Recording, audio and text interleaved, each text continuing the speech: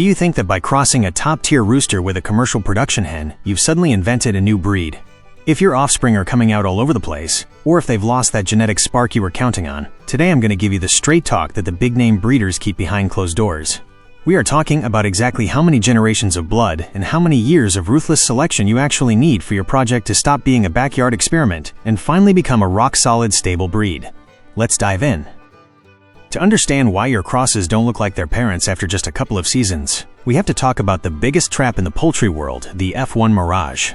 When you cross two pure lines or two well-established heritage breeds, the results are almost always spectacular.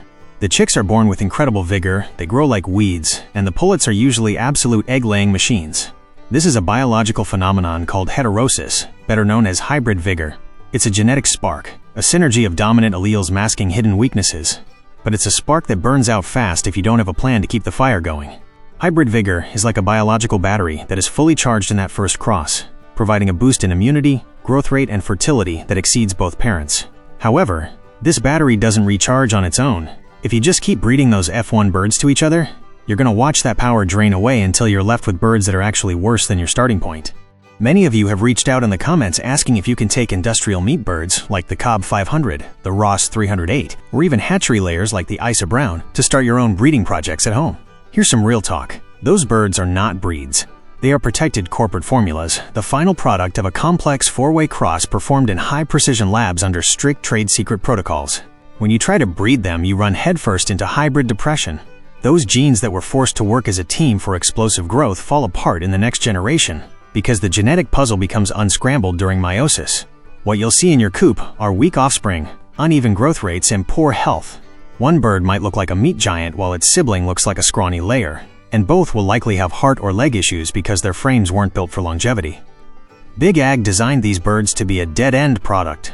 They want to make sure you have to keep going back to them for more chicks. Trying to stabilize a breed from them is like trying to build a mansion on a foundation of quicksand. So how do we actually start locking in a breed that lasts?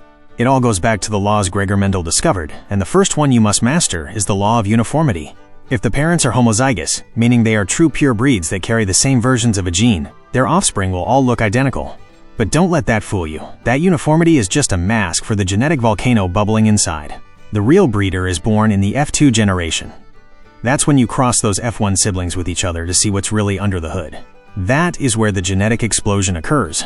The recessive traits that were hidden, the defects you didn't see, and the color variation suddenly come screaming back to the surface. In the F2, you'll see the famous 3-to-1 ratio for simple traits, but for complex things like body shape and egg production, the variation is massive. You'll see some chicks inheriting a grandmother's comb, others a grandfather's leg color, and only a tiny percentage will have the specific combination you're actually looking for. If you don't have the stomach and the discipline to cull the birds that don't fit the bill at this stage, you will never have a stable breed. The F2 is the trial by fire where the amateurs quit because they think they failed, while the masters get to work because they finally see the building blocks they have to work with. I've seen many questions in the comments about comb types and why I nag about them so much during selection. It's not for show or for winning a blue ribbon. Let's take the Wyandotte as an example. A historic American breed we often talk about for its famous rose comb. That comb isn't a whim, it's a specialized survival tool. It was selected and fixed over decades because it sits tight to the head, making it much more resistant to frostbite in bitter winters than a single comb which sticks up like a radiator. A frozen comb causes massive pain and completely tanks your egg production because the bird's energy goes toward healing instead of laying. If you live in a place like Michigan or Canada and your new breed has a single comb, your birds are going to suffer. The same goes for the pea comb of the Brahma. These are functional adaptations that took years of selection to stabilize so the bird can thrive in its environment. If you don't select for the correct comb type based on the rules of hereditary genetics, biology will reset your progress every single year. Another vital point you've brought up is auto-sexing crosses. I get asked every day how to tell if a chick is male or female on day 1 so you can save on feed costs.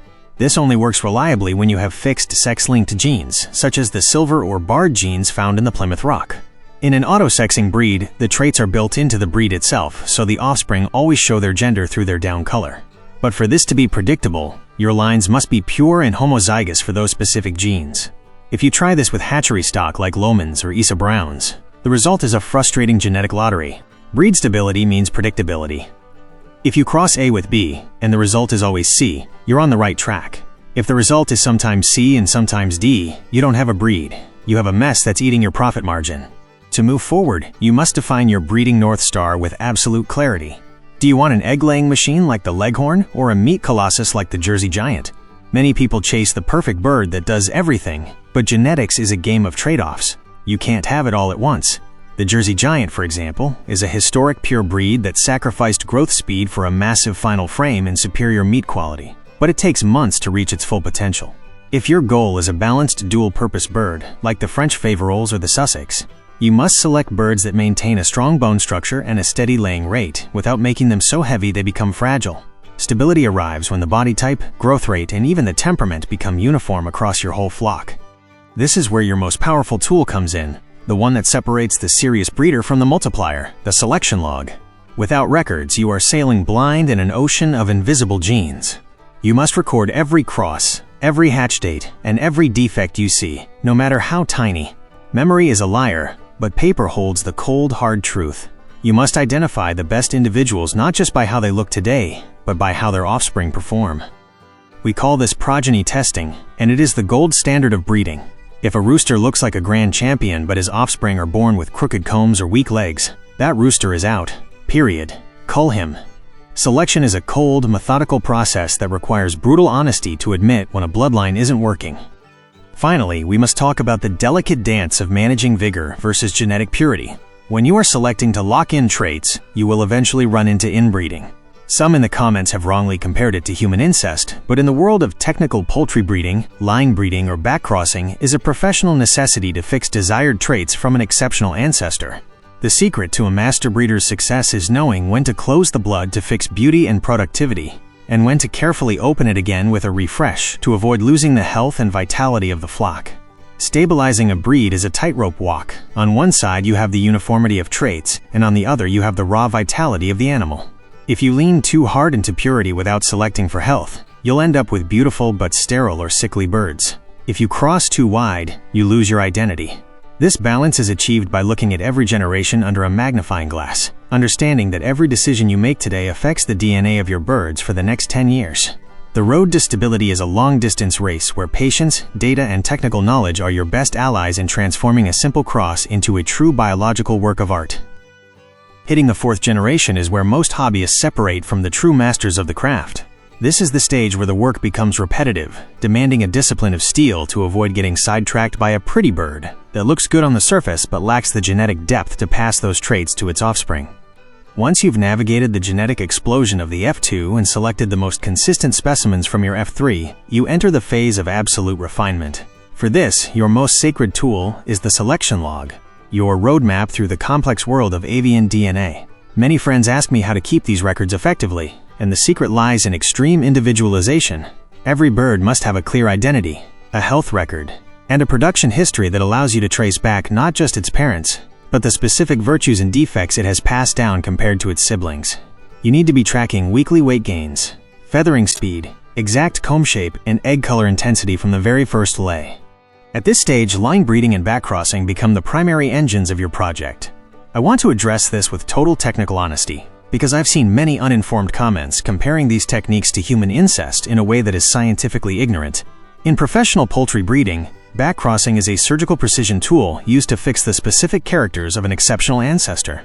If you have a rooster that possesses the exact rose comb you're looking for, along with perfect bone structure and enviable health, crossing him back to his best daughters allows you to concentrate those desired genes much faster than making random open crosses with birds of unknown heritage. This isn't a roll of the dice. It is a calculated strategy to achieve homozygosity, ensuring that the gene pairs for a specific trait are identical so they are inherited every single time. When we talk about reaching true stability, you have to treat the 7 to 10 generation rule as a commandment.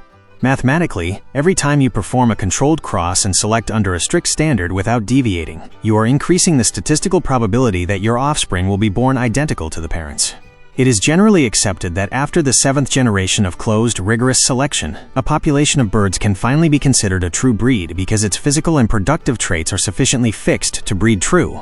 Many breeders lose heart in the 5th generation because they see a chick appear with a defective comb that they thought they had culled years ago. But that is just biology reminding you that remnants of recessive blood from those original ancestors are still waiting for a chance to manifest. Patience is exactly what defines the value of your bloodline. If we look at historic breeds like the Wyandotte, we see that their rose comb didn't just appear out of thin air. It was the result of breeders who ruthlessly culled every bird that showed a single comb for over a decade. It is a process of genetic purification where you systematically eliminate the noise until you are left with only the pure melody of the breed. This is where we have to be firm with those who try to build a future using industrial hybrids like the Cobb 500. The fundamental problem is that you are starting with a complex puzzle that was already assembled under extreme artificial pressure. These birds are four-way crosses, and when you try to reproduce them, that puzzle unscrambles violently. You could spend 30 years trying to stabilize something that will never have the vigor of the original.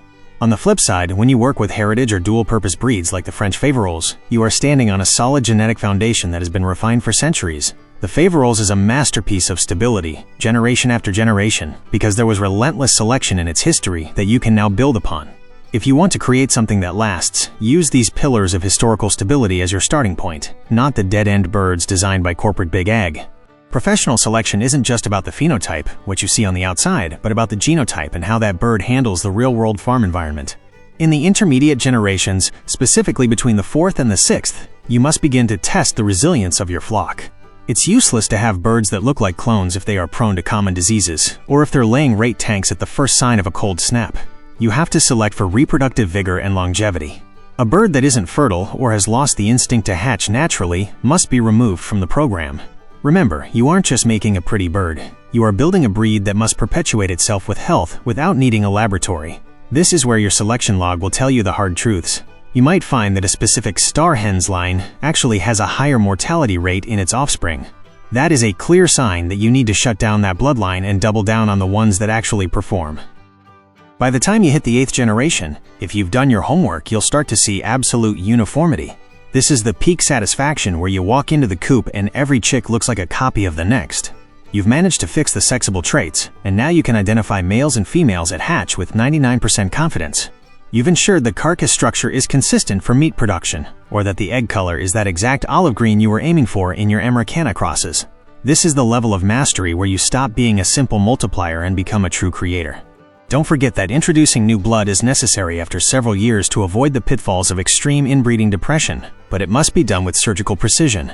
If you bring in an outside rooster just because he looks good after 6 generations of hard work, you could introduce hidden recessive genes that wipe out years of progress in a single season. The ideal approach is to work with several parallel lines within the same family, line breeding, so you can refresh the blood internally without losing the breed identity you worked so hard to fix. Stabilizing a breed is a long-distance race that requires a crystal-clear vision. It is the legacy you leave for your farm and for the next generation of breeders. Success in this field isn't measured by how many birds are in your yard, but by how predictable and stable your production is. Be brave enough to cull what doesn't add value, and have the patience to wait for the blood to finally settle and speak for itself. Stabilizing a breed is the ultimate test for any poultry enthusiast. It demands a mix of science, patience, and an unshakable commitment to genetic excellence. If you are willing to keep your records with rigor and select your specimens based on data rather than sentiment, the result will be a unique lineage that carries your personal and technical signature. Don't forget to subscribe so we can keep diving into these fascinating processes that turn breeding into an art form, and share in the comments which genetic trait has been the hardest for you to lock in. To your success, fellow breeder, until next time.